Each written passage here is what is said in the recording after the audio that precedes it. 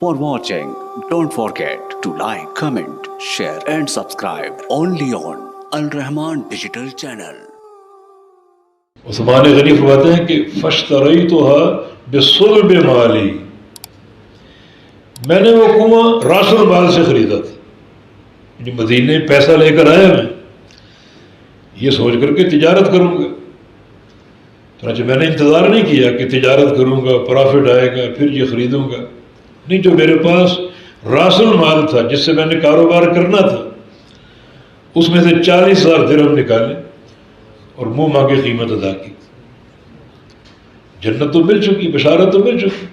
عثمان غنی رضی اللہ عنہ ان کو زندگی میں نبی علیہ السلام نے 7 بار جنت کی بشارت دی، 7 دفعہ، اور یہ بشارت مالی اعتبار سے ہی تھی، بلکہ جیش العسرہ جب انہوں نے تیار کیا اور نبی علیہ السلام کی جھولی میں 1000 سونے کے سکے پھیلا دیے، سونے کے اشرفیاں، تو نبی علیہ السلام کا چہرہ اس سونے سے زیادہ دمک اٹھا اور چمک اٹھا، اور فرمایا کہ ما ضر عثمان ما عمل بعد اليوم، آج کے بعد عثمان جو مرضی کرتا رہے کوئی نقصان نہیں ہوگا، اس جو مرضی کرے۔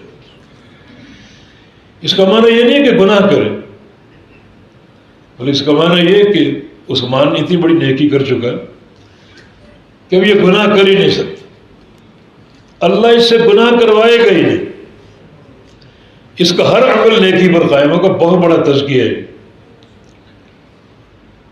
تو یہ ان کا کھاتا کھلا ہوا، آس پاس کی زمینیں ان کی ملکیت تھی، وہی زمینیں اس پانی سے سیراب ہو رہی ہیں، کھجوریں آ رہی ہیں بے تحاشا، اور وہ بکتی ہیں اور وہ روا میں تقسیم ہوتی ہیں، تو اب تک وہ صدقہ جاریہ جاری اور قائم۔ تو عثمان غنی رضی اللہ عنہ ان کے مناقب ذکر کرتے کرتے رات بیت جائے،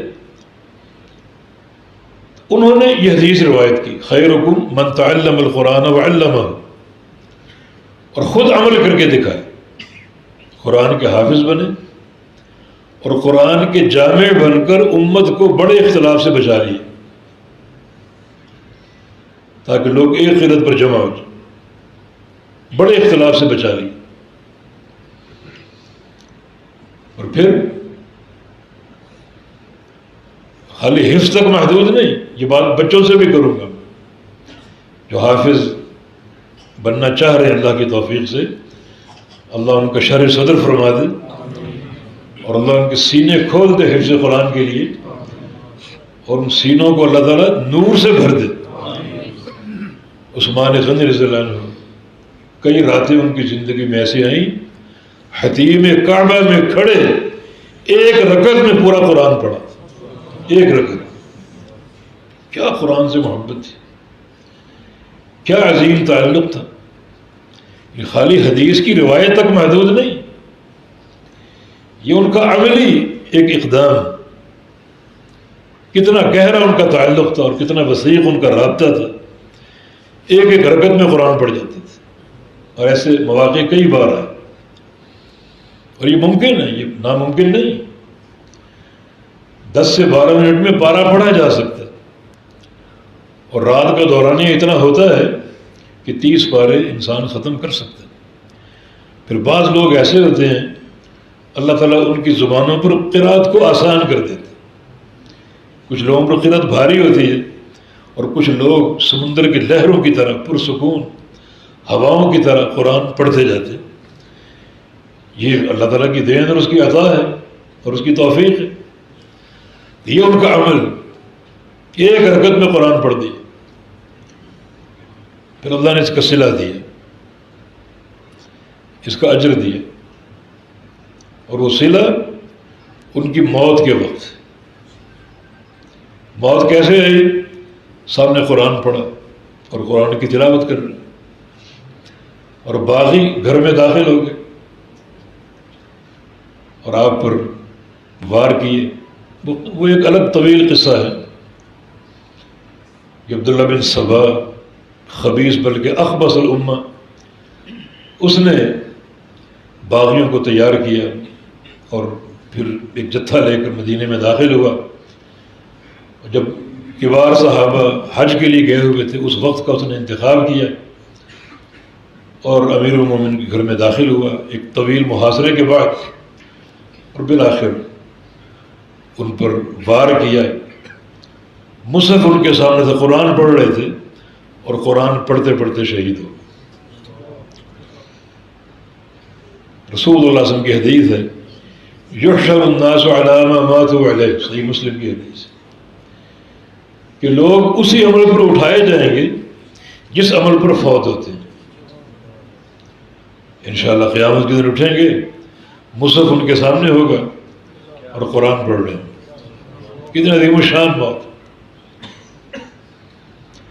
بلکہ عثمان غنی رضی اللہ عنہ ان کی موت کے تعلق سے ایک اور بہت بڑی منقبت ہے، بہت بڑی فضیلت ہے۔ یہاں آپ کے ذہن میں سوال آیا ہوگا کہ عثمان غنی نے خلافت چھوڑ کیوں نہیں دی؟ 80 سال سے زیادہ کی عمر تھی، بڑھاپا تھا، ایک لمبا دور انہوں نے گزار لیا خلافت کا، تو اقتدار چھوڑ دیتے۔ اقتدار سے کیوں چمٹے رہے؟ باغیوں کا تقاضا یہی تھا نا کہ اقتدار چھوڑ دیں، ہم کچھ نہیں کہیں گے، تو اقتدار چھوڑ دیتے۔ یہ ایک اشکال بنتا ہے، آپ کے ذہن میں بھی ہوگا، لیکن نہیں، یہ اشکال نہیں ہے، یہ عمل بالحدیث ہے، عمل بالسنہ ہے۔